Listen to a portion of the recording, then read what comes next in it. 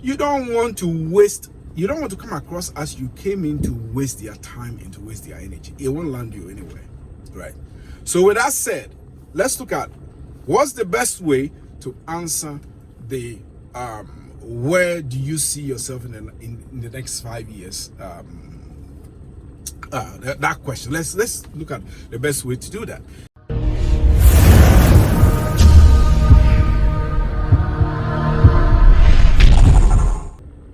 In this episode, we're going to be talking about one of the critical questions you can get in a job interview. There are several, but this is one of them, and this is key. That is the where do you see yourself in the next 5 years question. Most interviewers would ask that kind of question. I don't ask these kind of questions anymore, but most like standardized interview protocols, they will be asking these kind of questions. And it's very, very common that this kind of question can easily trip you.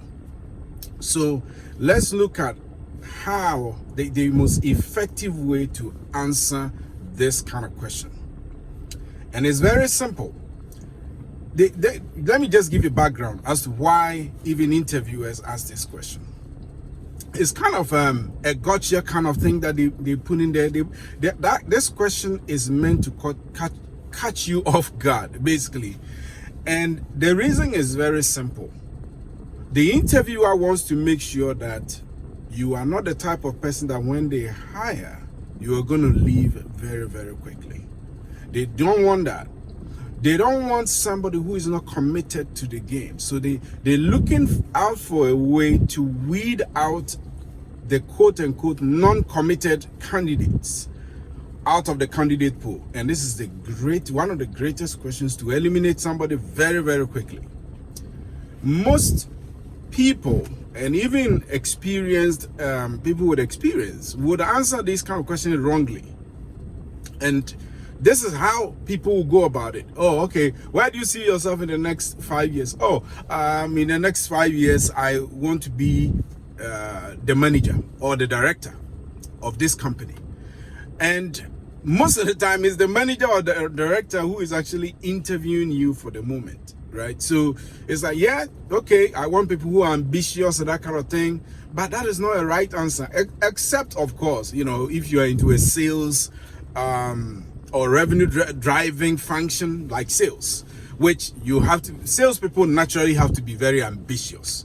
But if you are not that kind of person, or if you are not applying for such roles, sometimes showing over ambition can be a disadvantage, right? So there's a way to actually go about answering this. So let's break it down. The reason why you wouldn't want to answer this question wrongly is that they need candidates who can demonstrate that they are in it for the long haul. You and I know that in this day and age, that is unrealistic, but that is what it is. You have to demonstrate to your employer that you are in it for the long haul, right? You are in it for the long haul. You do not want to show yourself that, okay, I'm only going to use this position as a foot in the door, right? So foot in the door means, okay, right now I'm unemployed, so anything that I get, I will hold on to it. And therefore you go with that attitude, you go for a job interview and you mistakenly show that thought process or that trait or that mindset. Yeah, that comes across. This is the question that will make this come across very quickly. Like, okay, I really want to work here whilst I'm trying to better myself to look for another opportunity in maybe this particular discipline. So let's say you're working as or you're applying for position as operations officer or operations manager, whatever it is, and but your real interest is in to work in the area of marketing or sales, but you've not had the opportunity to get an open position in those areas. So let's say you apply for an operations role, and in the interview they ask you, where do you see yourself in the next 5 years? I see myself as a marketing manager or marketing director. immediately I see myself in the next 5 years as the head of marketing. Immediately you shoot yourself in the foot, because you are trying to use the current open position as a foot in the door, to use that as a leverage to jump onto something else, or you are trying to use that as a wait and see approach. Basically, the job is not what you want, but because of circumstances, maybe long periods of unemployment, you just say, hey, look, anything that will come, I'll hold on to it. And in so doing, you tell the hiring manager that, look, in the next 5 years, I see myself working in maybe the company is a manufacturing company, right, that you are interviewing with. But in the next 5 years, I see myself working in management consulting, right? And you know that the current company that you are applying for, they do not offer management consulting services, but you want to work in a management consulting function. So that the moment that comes out, you are toast from that point of view, right? And another thing that you need to be aware of. Yes, I think most people, most employers who ask this question, they are always they kind of know that you're going to lie. It's just that don't or let me put it this way, maybe you're not going to lie, but you're not going to tell the truth in its entirety. They kind of know that, but don't tell the truth or don't lie in a way that is going to shoot you in the foot. I don't believe in lying. You don't have to lie to get a job, and a good hiring manager can read between the lines that if you're lying, it will give you away. Number two, those of us who want to be in let's say you want to work a little bit, get some experience, and maybe run your own business, or venture into some kind of entrepreneurship thing, don't mention it. That should never be mentioned in an interview, right? You have to be smart. The employer is looking for somebody who will stay with them in the long haul. They're looking for somebody that they can grow with, typically. And if you have entrepreneurial ambitions, the job interview ground is not where to demonstrate that. It's not where to talk about that. So shelve all those kind of plans and then answer them in a way that shows that, look, you are not going to use this opportunity as a stepping stone to something else. You are not going to use that opportunity or that role to segue into something else, right? Even though for some people, they may be eyeing a bigger role in that organization, right? So let's say you are working for a company called, let's say, I'm just going to make something up, Staffing Inc. Company Limited. And this company does, let's say, staffing. I mean, let's just tag along, staffing. They do recruitment. And there's an open position for operations manager or operations officer. And actually, you are not looking for the operations officer role. That's really not your target. Your target, it's, let's say, let's say head of sales, right? So you do a lot of client facing, that kind of thing, but you've been struggling, you're not getting that role, head of sales. So if you got the operations, you'll be happy. But the thing is, the temptation is, as you talk over long periods of time, you may give yourself away, right?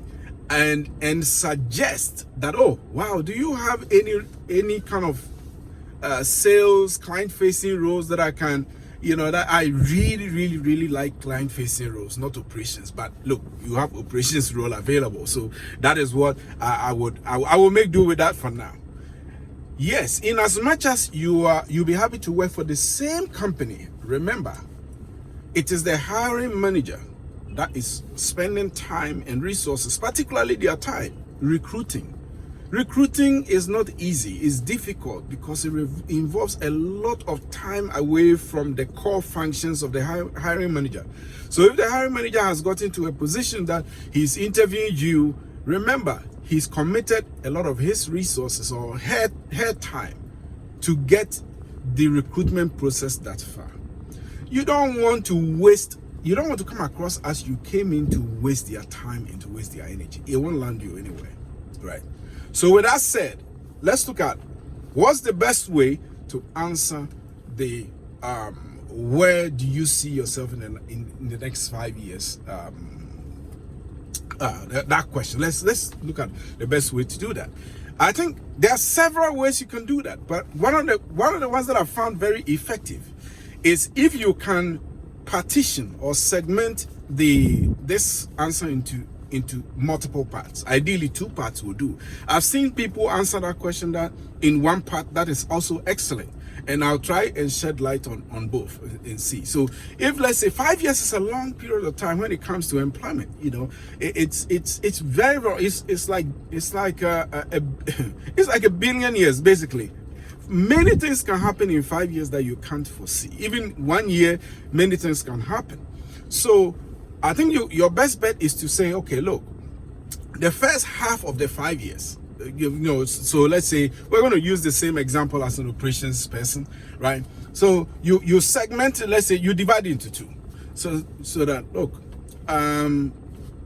whoever is interviewing you, a sir or a madam, that look, I would want within the first 2.5 years of my stay here in this organization, I would want to fully immerse myself in the role, this role. Let's say if it's an operations manager's role, I want to really immerse myself in this operations manager's role to really learn the nitty-gritty, the detail, all the skill set and experiences that I could gather within this current function as an operations manager.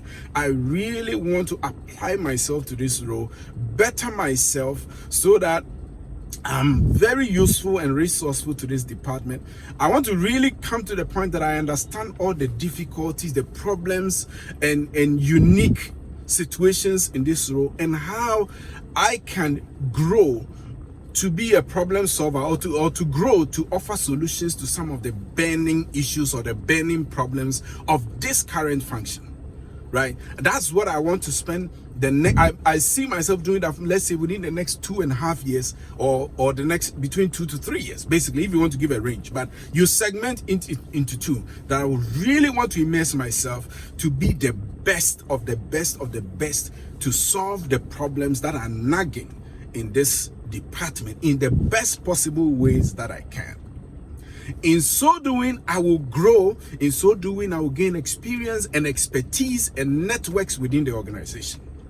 And in the subsequent 2.5 years, that's the second phase, I would want to explore the opportunity of extending my experience in my current role, so that I will become helpful to other functions or other departments in this organization, such as sales, such as the marketing function, such as maybe HR or the executive function, executive brand. That's the people in the C-level executives.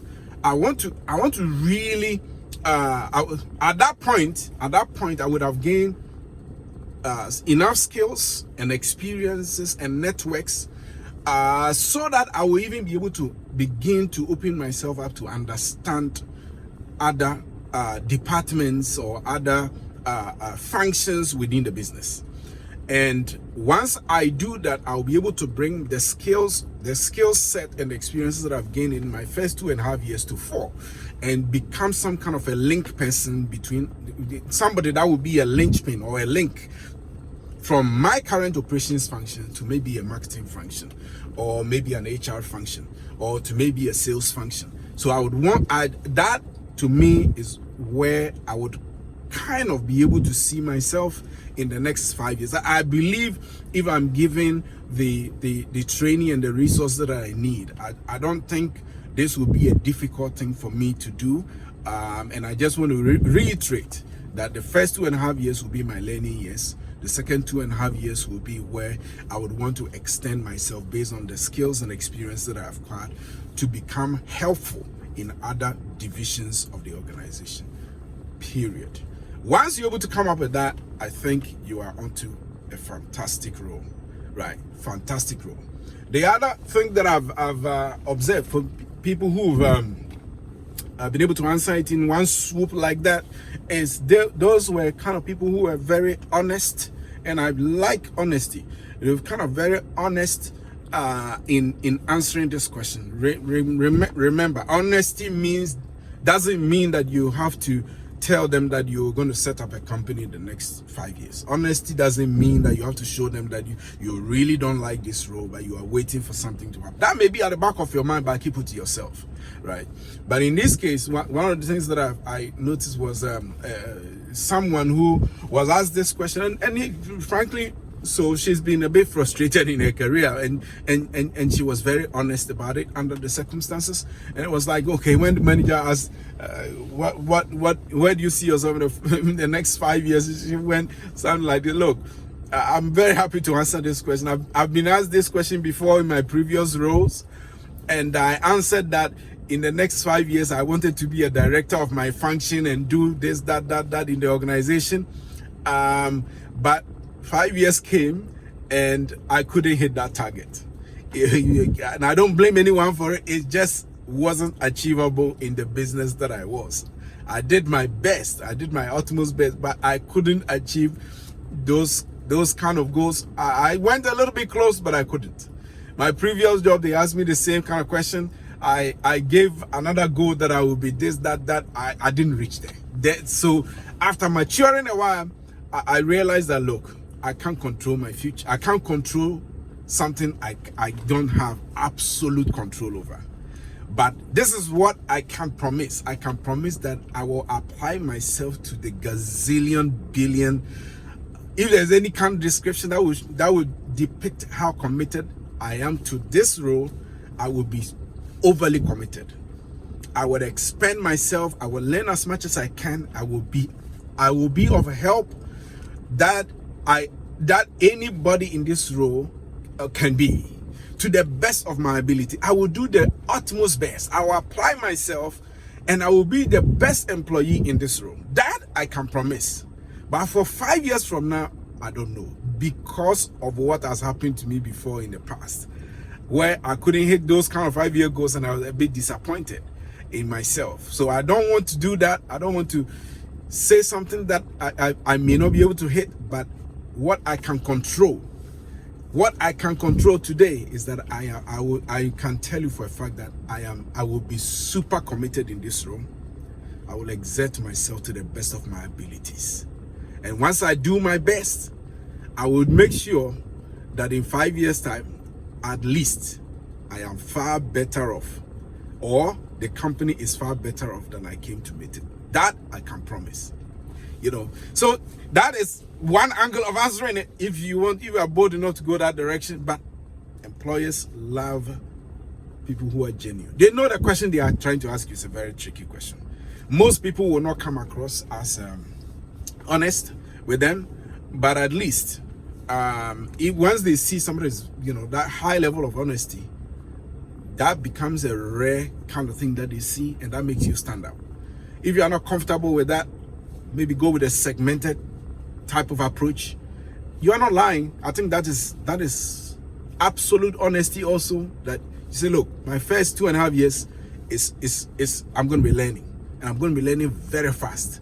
Then 2.5 years afterwards, I think the company can derive a lot of value from me, and wherever the chips will take me, I will go. I will make myself resourceful to the organization in every way that I can, and I think that is the best way. Awesome. Thank you for watching, and do everything to make sure that you listen to this over and over again, especially if you are getting close to going for a job interview. Watch it again and again so that the concepts just sink in a little bit more. With that said, look, I will be very happy if you subscribe to my channel so that anytime I push out content like this, you'll be notified. And also, I have a lot of content there. There's going to be a video on this screen. I want you to watch it. It's one of my best. Watch it and you will never regret it. All right, thank you very much, and I look forward to seeing you again in subsequent videos. Bye bye now.